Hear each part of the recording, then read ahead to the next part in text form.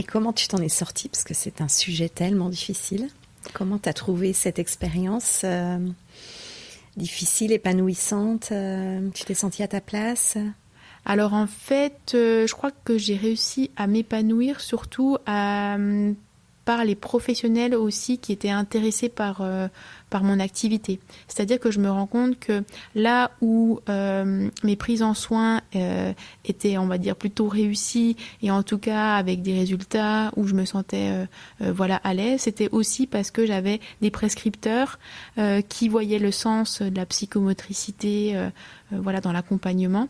Donc clairement, la médecin au CHU, donc le docteur Claire Ballot, qui était la référente auprès des adolescentes anorexiques, était hyper intéressée par la médiation en psychomotricité. Donc clairement, en fait, ça m'a permis, moi, de développer voilà, une prise en soin qui avait du sens, même si effectivement, je vous cache pas que dans la séance en tant que telle, de monter un projet thérapeutique avec les adolescentes anorexiques, c'était quand même compliqué.